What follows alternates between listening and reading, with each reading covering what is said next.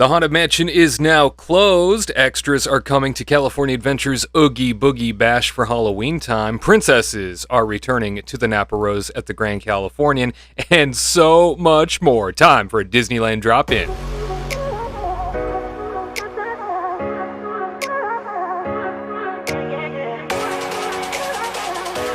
What's going on, everybody? Wade for the Kingdom Report with you once again to cover all the latest happenings at the Disneyland Resort. Starting today at Disneyland Park, we are going to go throughout the resort today to share with you everything you need to know in terms of updates and changes. We start here at the end of Main Street, where last week it was quiet because they hadn't started serving breakfast just yet. But now we see Minnie and Friends Breakfast in the park has returned to the Plaza Inn restaurant. Breakfast is alive and well again, complete with the buffet and the character interactions. You see Minnie is out greeting her guests. Of course, it is a modified experience. You'll notice the flower cart between her and everybody coming to meet her. So she is at a distance, but certainly much closer than she is, say, back at her house in Toontown. Wonderful to see character dining return to the Plaza Inn on Main Street. You can get reservations now if you want to join them for some fun. Moving along, the Haunted Mansion has officially closed down for its big refurbishment. Yeah, this is where it gets completely overhauled for everybody's favorite seasonal overlay. Nightmare Before Christmas is coming. Haunted Mansion Holiday is what it will become. And I know if you are like me, you can't wait to see what they do with the gingerbread house and the ballroom scene every year. Very much looking forward to what they are going to offer there. And, I'm also wondering if they are going to bring back Fast Pass, as typically happens with Haunted Mansion when it becomes the holiday version. So we'll see about that. Moving along to Star Wars Galaxy's Edge, Rise of the Resistance lately has been able to get through almost every boarding group and then admit more people on top of that. Big reason for this? It's because the parks have been so quiet. It's something that we have not seen since Disneyland officially reopened, and it is a wonderful sign of progress that they are able to hammer through all of the boarding groups in lightning speed. We move along now to Fantasyland, where I just had to show you exactly what things look like. I mentioned how quiet it has been lately. Well, this is Fantasyland right now, okay? This isn't a normal Fantasyland. In fact, wait times across the board continue to shrink, even from the last time I stopped by Disneyland, which I thought then was too much. I thought then it was unbelievable seeing wait times so small. Matterhorn dropped to 5 minutes of a wait time. Last time I was here, it was 10. I didn't think it could get any smaller. And look, empty boat after empty boat over at It's a Small World. Just wild. This is that quiet time of year right before Halloween time, but at the edge of summer where everybody's going back to school. So certainly a wonderful time to visit the theme parks, as I mentioned in our last update. We also noticed that in our last update, this giant box sort of appeared in front of the Fantasyland Theater and stretched all the way down to the Toontown entrance. You kind of get an idea as to just how narrow the corridor is here. It makes it very tight confines. Back in Toontown, really nothing going on. Very quiet back here as well. Not a whole lot of people. Roger Rabbit's Cartoon Spin, I believe, was also at a 5-minute wait. But we want to check in on that construction going on with Mickey and Minnie's Runaway Railway. You see a little visible progress here just in terms of continued demolition, lots of scraping away of all of the details that used to be in terms of what structures were once in these places, and lots of tarps still just sort of as an overhang for the giant warehouse that they are installing the entire attraction. Kind of weird to think that there were stores here the last time that we were able to see behind these walls, and now it's just a bunch of framing getting ready for the next phase of Mickey and Minnie's Runaway Railway. Next to all that construction are the restaurants of Toontown that remain shuttered and have been since Disneyland officially reopened. In fact, if you're looking for snacks or drinks in this land, you're out of luck. There is nothing available. You'll need to turn around and head right back out of Toontown for that. We move through a very quiet Fantasyland to head to the Bibbidi Bobbidi Boutique, where, of course, they turn your little pumpkin into a princess. That's right.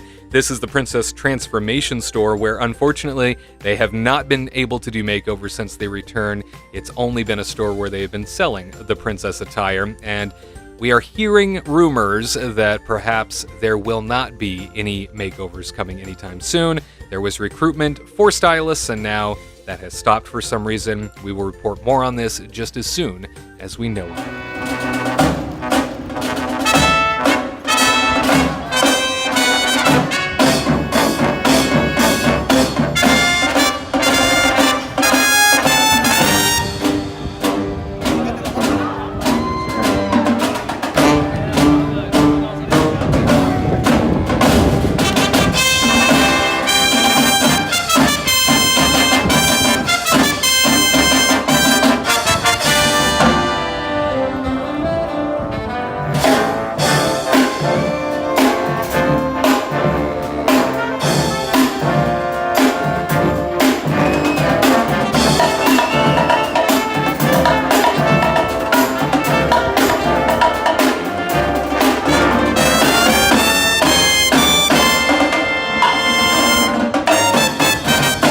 The always talented Disneyland Band. A delight to see them wherever they are, especially here in Tomorrowland. And speaking of, we are just across from that location where the Disneyland Band was, at the Galactic Grill. And of course, the stage in front of the Galactic Grill, long known as the Tomorrowland Terrace stage. This location has remained dark since Disneyland has reopened. Very peculiar, I would say, just because this is a completely outdoor location. Everything in the area is completely outdoors, and yet they don't use this space. It seems like a no-brainer to be able to utilize this space for any sort of entertainment or maybe music throughout the day, especially in a land that has so much closed right now. Finding Nemo Submarine Voyage, Monorail, Star Wars, Launch Bay, Magic Eye Theater, it's all closed at the moment. At any rate, we hope to see something show up in that location very soon. All right, we turn our attention now to food. In fact, a food question we see trending a lot more lately in our comment section is specifically about turkey legs and whether or not you can find them at Disneyland right now. I don't know why that's trending and people seem to be talking about it, but to answer your question, yes, you can get turkey legs right now. Edelweiss Snacks is one of those locations just across from the front of the Matterhorn.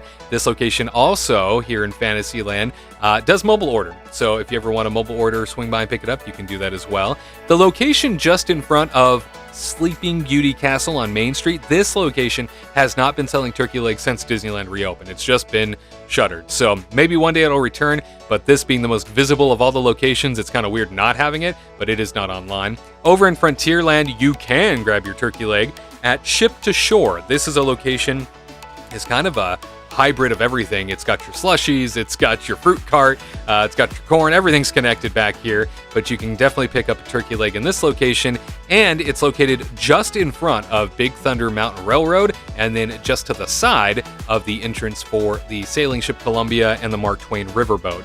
This is a busy thoroughfare and can be quite busy, especially during those like lunch periods, something to keep in mind. Another question that we're getting a lot of recently has to do with masks and whether or not people are being compliant and whether or not it's expected of everybody. Yes, the official ruling of Disneyland right now is that outside you don't need to wear them. Anytime you walk indoors, you do need to wear them. And I'll tell you, compliance has been fantastic everywhere I've gone. However, the signs that are posted are few and far between now. There was a time where they peppered everything with signs and you couldn't walk through a corridor without seeing one, but now I only see them in front of major entrances, in front of stores, coincidentally, just stores. I don't see them at restaurants, I don't see them at attractions. In fact, I've made the mistake of walking into attractions without my mask on because I didn't see a sign. There was no greeter to tell me, oh, please put a face covering on. I forgot. I would walk in and just didn't realize it until a cast member would see me and say, oh, excuse me, you'll need to... I'm sorry, I forgot. But like you even see here, great moments with Mr. Lincoln. No sign, nobody outside. It's easy to walk in and forget. At any rate, compliance is high. Perhaps they don't need signs everywhere. Guided Tours is a location that has long been a very popular destination for guests to grab a guided tour with guest relations and explore the park in a different way. As of right now, there are no guided tours going on. And on top of that, I asked a cast member, do you think they're going to do the Halloween tour that's always popular every year? And they said, no, nothing in the mix right now. Hopefully we'll be seeing guided tours return very soon, especially as we near those more popular times of year, like Christmas. At any rate, I think it's time to enjoy some magic with our Disney pals. Let's take a look what's headed our way on Main Street, USA.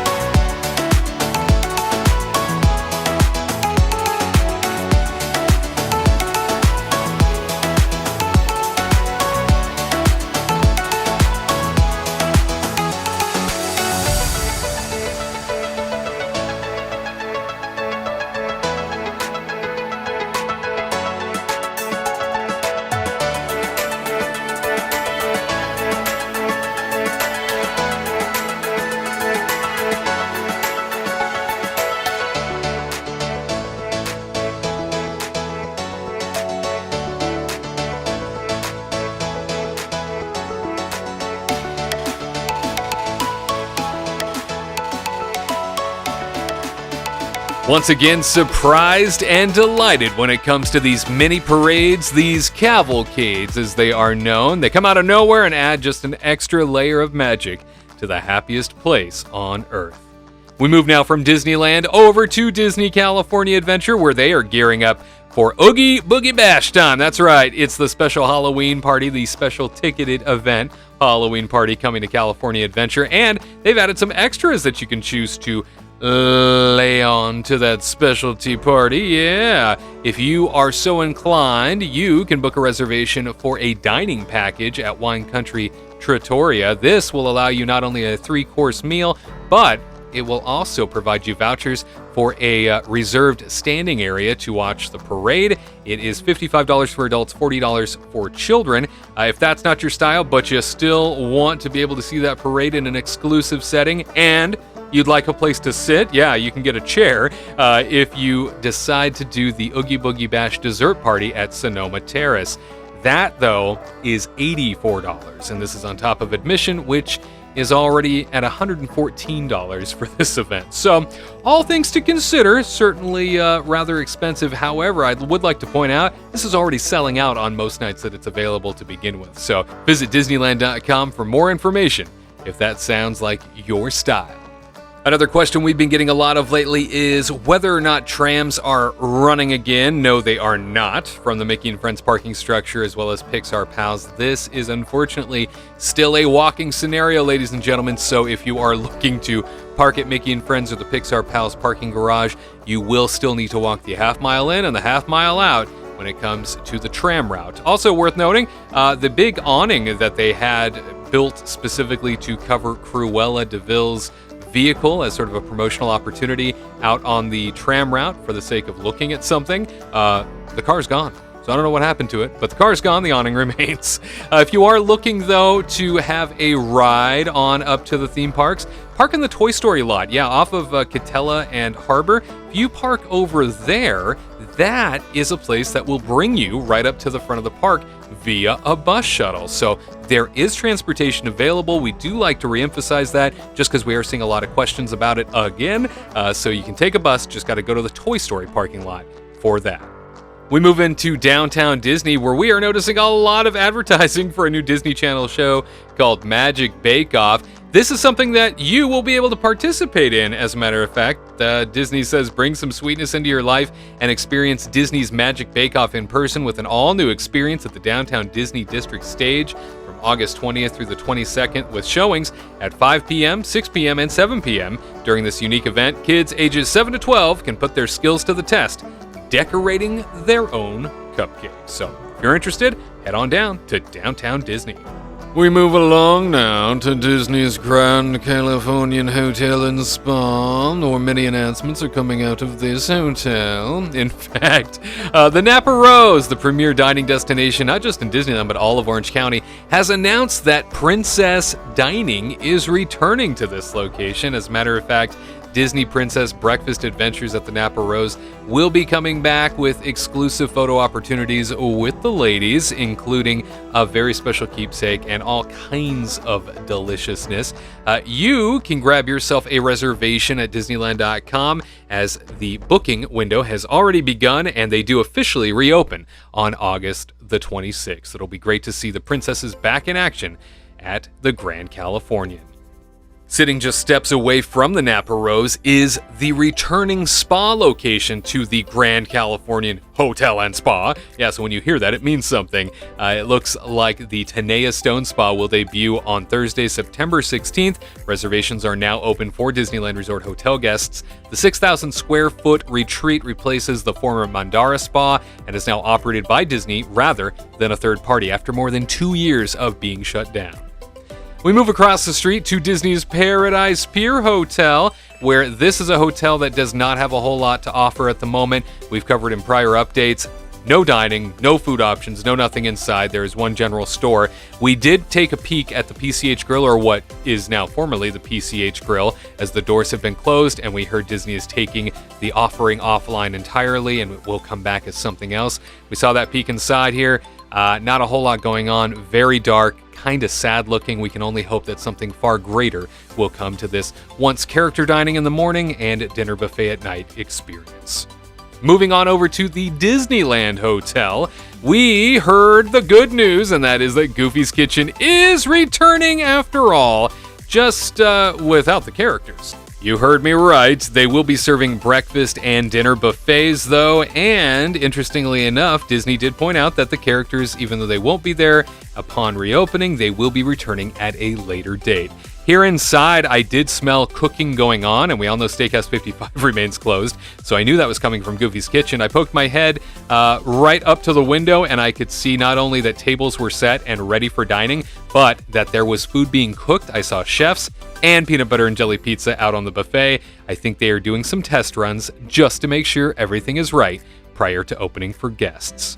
Well, my friends, that about wraps up this resort-wide Disneyland drop-in update. Hopefully you found some value in it, and if you're somebody that appreciated what you heard and saw today, make sure to subscribe to us with the notification bell firmly pressed so you never miss an update. And if you haven't done so already, we do ask that you hit that thumbs up button. Lets us know that we are on the right track. We'll continue producing content just like this. For the Kingdom Report, I'm Wade Heath. We'll see you next time for another edition of Disneyland Drop-In.